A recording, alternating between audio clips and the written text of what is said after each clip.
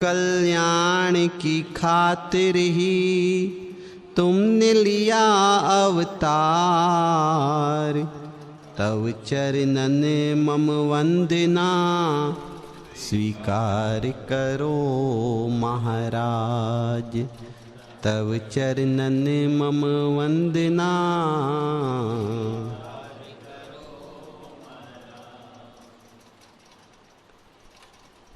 सौभाग्यशाली गुरुमुख सज्जन मंडली,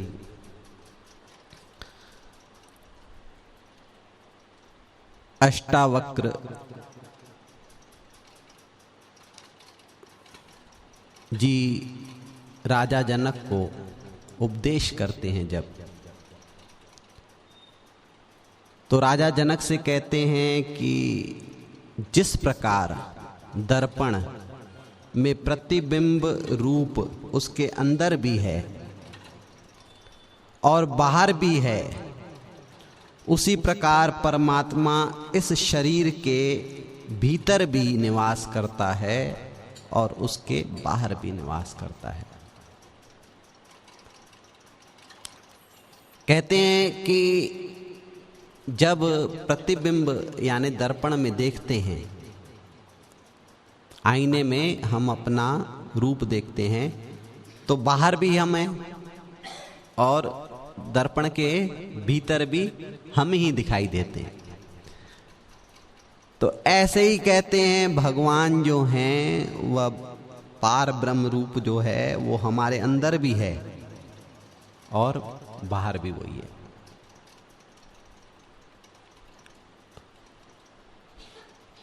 तो ऐसे ही हम उस दिन मैंने कहा था ना कि हम जो हैं हम ही परमात्मा हैं और कोई परमात्मा नहीं है इस संसार में। पर हमको विश्वास कैसे हो, हम कैसे बात माने, हमको ये बात कैसे समझ में आए। तो महापुरुष क्या कहते हैं, आप ऐसे समझो कि मान लो मैंने आपको 50 रुपए दिए, अब सामने दर्पण पड़ा हो तो उसमें भी दिखता है कि मैंने आपको 50 रुपए दिए। अब कितने हो गए? 100 रुपए हो गए। तो आपको 100 रुपए आ जाते हैं भाई। दर्पण में भी दिख रहा है कि 50 रुपए मैंने आपको दिए, अब इधर से भी दिए, तो 50 और 50 100। आपके पास तो 50 ही आते हैं, 100 तो आते नहीं है। तो कहते हैं ऐसे ही अब जो दर्पण में दिख रहा था, दिख तो सत्य रहा था कि भाई मैंने 50 रुपए दिए, लेकिन जो दिख रहा था वो मिथ्या था, सत्य नहीं था। तो ऐसे ही कहते संसार जो है, ये शरीर सहित संसार जो है सब दर्पण है। अब इसमें हमको जो कुछ भी मिलता दिखाई देता है कि किसी ने हमको कुछ दिया, यहां से लाभ हुआ, वहां से लाभ हुआ, वहां से लाभ हुआ, मैंने मकान बनाया, मैंने दुकानें खरीदी, मैंने प्रॉपर्टी खरीदी, मैंने ये किया, सब मिलता हुआ दिखाई देता है।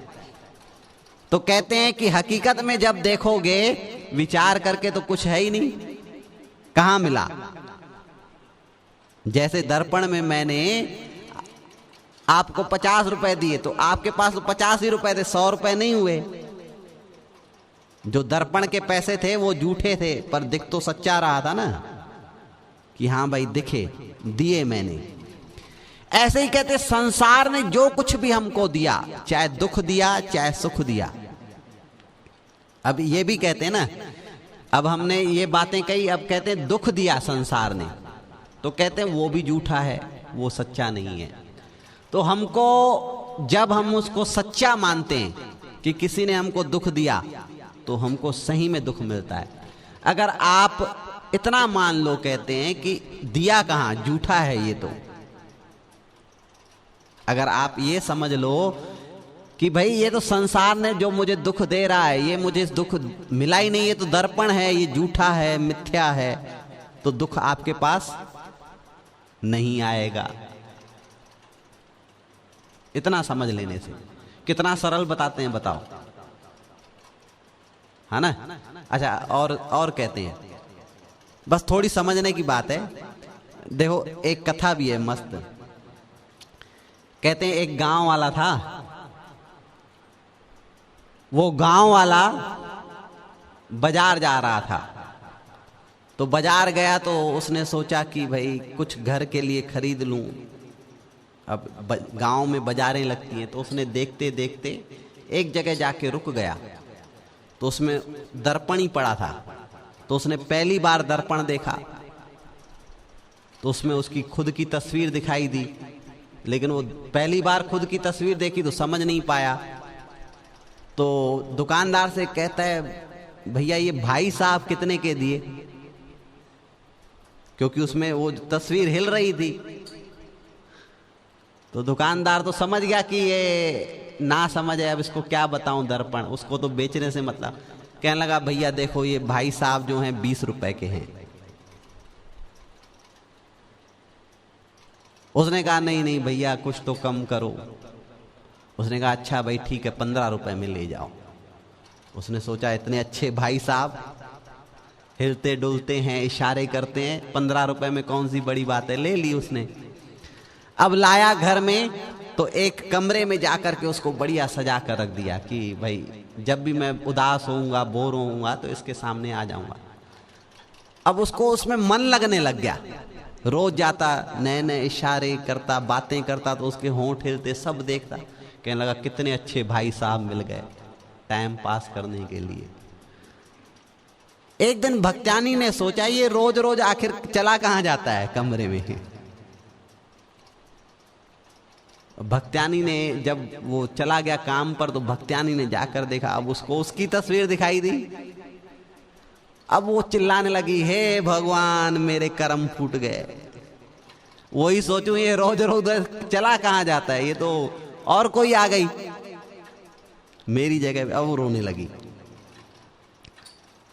जब रोने लगी तो जाकर के घर में जो सांस थी उसको जाकर के बताया कि वो तो एक दूसरी लेकर के आया। तभी मैं सोचूं रोज रोज कमरे में क्यों चला जाता है, खाली कमरे में, मेरे तो कर्म फूट गए। अब आप यहां पर विचार करना, वो जो रो रही थी, दुख उसका सच्चा था क्या? दुख उसका सच्चा था? नहीं था। उसने जान लिया कि दूसरी आई है तो दुख दे रही है, लेकिन दुख उसका सच्चा नहीं था, दुख झूठा था। अब उसकी सांस गई, कहने लगी, क्या हुआ क्या हुआ, कहां है?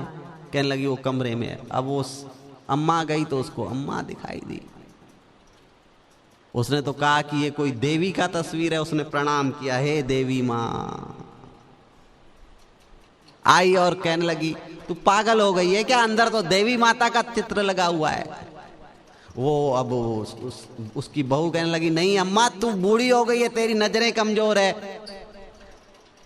वहां कोई लड़की है, इशारे कर रही है, सब कुछ कर रही है, औरत है वहां। तो वो कहती, नहीं देवी है, अम्मा है। अब इतने में ससुर वो भी आ गया। क्या हो गया? बोले अंदर जाकर देखो। अब वो गए तो उनको अपना तस्वीर दिखाई दी। वो देख करके हैरान हो गए, इसमें झगड़ने की क्या बात है, ये दोनों लड़ क्यों रही हैं? वो थोड़े समझदार थे तो उनको समझ में बात आ गई, ये तो तस्वीर लग रही है मेरी ही है। आए बाहर और उनसे पूछा, क्या हो गया? तो बहू कहती है कि दूसरी औरत ले आया है तुम्हारा लड़का। सास कहती है देवी है। इसने कहा हद हो गई, दोनों ही ना समझ हो, चलो आओ अंदर। अब कहा कि भाई तुम देखो, बहू को कहा कि हाँ ये तस्वीर दिखती है औरत की। कहा अब उसी के सामने कहा, अब उसकी अपनी सास को खड़ी किया उसने, बहू को, उसको अब तुम देखो। बोले अब तो बूढ़ी नजर आ रही है। बोले ना इसमें औरत है न बूढ़ी है, अब मैं खड़े होता हूं। जब मैं उसका खड़ा हुआ तो बोले मेरी तस्वीर है, अब देखो। बोले ये दर्पण है, ये प्रतिबिंब है, ये धोखा है। ये प्रतिबिंब कुछ और नहीं दिखाता, ये वही चीजें दिखाता है जो उसके सामने रख दी जाती है। तो महापुरुष कहते हैं ऐसे ही ये संसार जो है मिथ्या है।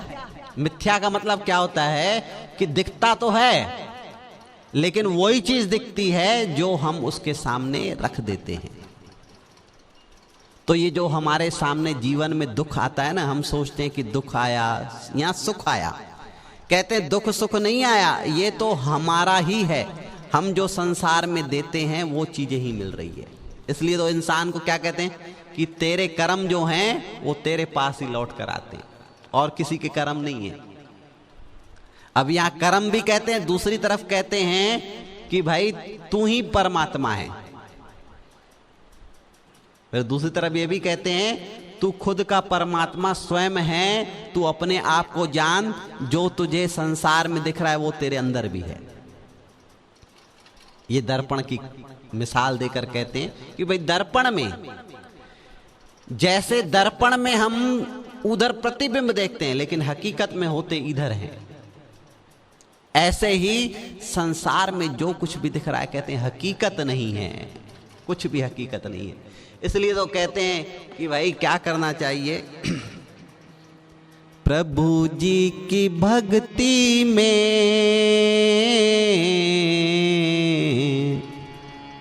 जिंदगी बितानी है।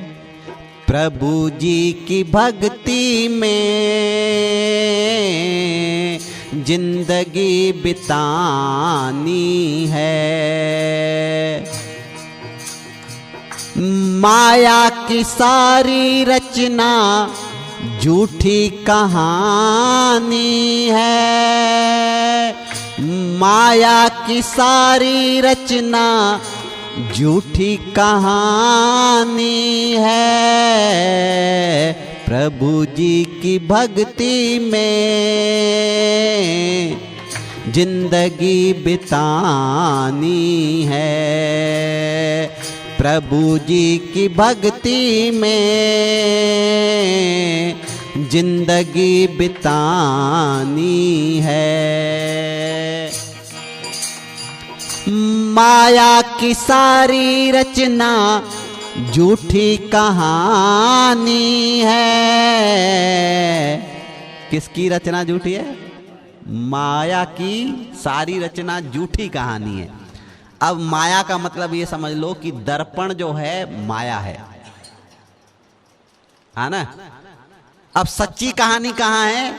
जैसे हम सामने खड़े हो जाएं दर्पण के, अब हमको सजाना हो खुद को, सवारना हो खुद को, तो दर्पण में कभी नहीं संवारते, उसको सजाते सवारते खुद को हैं। दर्पण में तो केवल देखते हैं कि हाँ सज गए कि नहीं सज गए। हम दर्पण में क्या देखते हैं? मुझे तो लगता है दर्पण हम जितना सस्ता लेते हैं ना, जीवन भर में सदुपयोग पूरा दर्पण का ही करते हैं। इतनी बार देखते हैं कि पूरे पैसे वसूल लेते हैं उससे, मतलब उससे ज्यादा किसी के पैसे हमने नहीं वसूले होंगे, इतनी बार देखते हैं दर्पण। तो दर्पण जब देखते हैं तो सजाते कहाँ हैं? दर्पण में नहीं सजाते खुद को, वहां तो सिर्फ देखते हैं। सजाते कहाँ हैं? इधर। तो ऐसे ही महापुरुष कहते हैं कि अगर आपको सजाना है अपने जीवन को, संवारना है अपने जीवन को, तो अपने अंदर सजाओ। अपने अंदर संवारोगे तो ये बाहर का संसार आपका सज जाएगा, संवर जाएगा। क्यों? क्योंकि बाहर जितना भी संवारोगे सजाओगे ना, वो दर्पण है, वो ठीक नहीं होने वाला। तो इसलिए कहते हैं ऐ इंसान तेरे अंदर सब कुछ है, तू अपने अंदर सजा। इसलिए कहते खुद को जानने में, दूसरों को जानने में उम्र अपनी गंवाओ मत। खुद को जान लो, खुद से दूर जाओ मत। तो खुद को संवारो। जितना जितना खुद को संवारोगे बाहर का आपका संसार सजता चला जाएगा, संवरता चला जाएगा। आप कहोगे कैसे? देखो ऐसे समझे, अगर हम अपने मन को ठीक करेंगे कि भाई जो बाहर होता है होने दो, तो मन हमारा शांत रहेगा। और कहेंगे कि बाहर हम ठीक करें, ये खटपट करता है, वो खटपट करता है, वो ऐसा करता है, तू भैया ठीक हो जा। अब वो तो ठीक हुआ नहीं, हमारा मन भी अशांत। तो हमारा अंदर अशांत हुआ ही। अब बाहर ठीक हुआ चाहे नहीं हुआ, लेकिन हमारा अंदर अगर हमारा अंदर शांत हो जाए, हम अपने अंदर को संवारें, मन को ये समझाएं कि यार ये बाहर जो है मिथ्या है, दर्पण है, झूठी कहानी है, तू समझ जा। तो मन जब समझना शुरू होता है तो बाहर जैसा भी चलता रहे तो हमें फर्क नहीं पड़ता। ठीक है भैया, जैसा करना है करो, हम अपने आनंद में, हम तो अपनी मस्ती में झूमते चले हैं, आदाब कर लिया जो राह में मिले हैं। ठीक है भाई, आप जैसे हो ठीक हो, हम तो अपनी मस्ती में रहेंगे, झूमते चले हैं। कहते हैं हम तो अपनी मस्ती में झूमते चले हैं, खाएंगे नहीं धोखा चाहे जैसा हो मौका, पाया है ज्ञान ऐसा गुरुदेव से अनोखा। कि गुरुदेव ने हमें ऐसा ज्ञान दे दिया कि अब कैसी भी स्थिति हो, अब हम धोखा नहीं खाएंगे। धोखा खाने का मतलब क्या हुआ कि अगर हम दुख आता है हमारे जीवन में तो हम उस समय ये विचार करें कि दुख मेरे कारण आया या बाहर से आया। जब इस पर विचार करोगे तो कहते हैं कि भाई आपको समझ में बात आ जाएगी, किसी और के कारण दुख नहीं आया, खुद के कारण आया।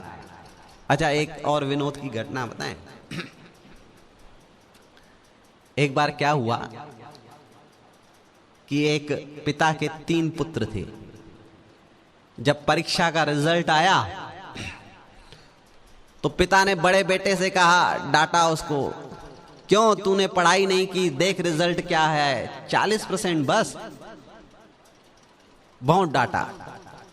तो बड़ा बेटा कहने लगा, मुझे मत डांटो पिताजी, दूसरा रिजल्ट देखो। दूसरे का, उसका देखा तो 20%, सीधा आधा। अब उसको डांटने लगा कि नालायक, तू पढ़ाई नहीं करता, सारा दिन पता नहीं क्या करता, ध्यान नहीं देता पढ़ाई में। बहुत डांटने लगा। तो दूसरा भी कहने लगा, पिताजी मुझे क्यों डांटते हो, उसका तो रिजल्ट देखो। उसका देखा तो और आधा, 10%, 10 नंबर सिर्फ। अब छोटे को डांटने लगा। छोटे को डांटने लगा तो वो भी कहने लगा, पिताजी मुझे क्यों डांटते हो, चौथा भी तो रिजल्ट देखो। तो पिता ने कहा, चौथा हमारे यहां है कौन? कहने लगे, आप। आपका रिजल्ट देखो, 5%, 5 नंबर। तो कहने का मतलब क्या है कि पिता ही कमजोर था पढ़ाई में, तो बच्चे भी वैसे हो गए। तो ऐसे ही अगर हम अपने अंदर, हमारी कमजोरी होगी तो संसार भी कमजोर दिखाई देता है, दुख दिखाई देते हैं, संसार हमें दुखी करता है। हम अपने रिजल्ट को देखें, संसार के रिजल्ट को नहीं देखें। हम अपने रिजल्ट को देखें। अगर मैं ठीक हूं, मेरे विचार अच्छे हैं, मेरे संस्कार अच्छे हैं, तो मेरे घर में भी संस्कार अच्छे होंगे, बच्चे अच्छे होंगे, घर वाले अच्छे होंगे, उनका आपका प्रभाव पड़ता है। आपके अच्छे विचारों का बिल्कुल प्रभाव पड़ेगा। आप अच्छे हो, अपने मन को समझाते हो, आपका विचार जो है घर में जरूर प्रभाव डालेगा। आप भी बच्चों को समझाओगे, वही शिक्षा दोगे। तो आपका रिजल्ट पहले तो अच्छा होना चाहिए, फिर तो हम दूसरे को कहें ना, भाई तुम्हारा रिजल्ट ठीक नहीं, हमारा रिजल्ट ठीक नहीं, हम और दूसरों को कहते रहें कि यार तुम देखो ऐसा करते हो, वैसा करते हो। तो इसलिए कहते हैं अपने, जब हम अपने आप को सजाएंगे तो बाहर का संसार सजता चला जाएगा, संवरता चला जाएगा और ज्ञान बढ़ता चला जाएगा। फिर कहते हैं और गहरा, कहते हैं अब इसमें और गहरा ज्ञान कहते हैं अगर आप सज गए, आप अपने आप को जान लिया कि मैं ही परमात्मा हूं, बाकी संसार मिथ्या है, तो कहते हैं कि धीरे धीरे घर में जितने भी हैं, माता पिता बेटा सब कुछ, सबके लिए आप अच्छा करोगे। लेकिन अगर आपके लिए कोई नहीं करेगा अच्छा, तो भी आपको दुख नहीं होगा। इतनी स्थिरता आ जाती है मन में, इतना अच्छा लगने लगता है कि अगर बेटा ठीक नहीं है तो मैं क्या कर सकता हूं, उसके अपने कर्म। भाई मान लो किसी का बेटा अच्छा न हो, वो कहे कि अब ये दुख देता है, तो आप क्या कहोगे कि भाई नहीं करता, दुख देता है, तो हो सकता है मेरे कोई ऐसे कर्म हो, अब मैं क्या कर सकता हूं, मैंने तो इसे अपनी अच्छी शिक्षा दी, अब इसके कर्म ये जाने, मेरा जितना नाता था वो तो मैंने पूरा किया। तो ये विवेक और ज्ञान और ये वैराग्य बढ़ता है कि बेटा भी मेरा नहीं है, अब ये वैराग्य आता है, ये तो हम मिले हैं आपस में इसलिए लगता है कि बेटा मेरा है। और इस धीरे धीरे ज्ञान से हमारी जो बुद्धि है वो शुद्ध होती चली जाती है और ये बातें समझ में आती हैं कि मैं तो सुखी रहूं भाई, मैं तो अपने जीवन को भक्ति में, सेवा में, सिमरण में अच्छा बना करके संसार से जाऊं। तो जब ऐसा हम संसार की तरफ विवेक की दृष्टि से देखते हैं, ज्ञान की दृष्टि से देखते हैं और जीवन में वैराग्य लाते हैं, तो सुख ही सुख जीवन में बचता है, दुख सारे हटने शुरू हो जाते हैं। बोलो जयकारा बोल मेरे श्री गुरु महाराज की जय।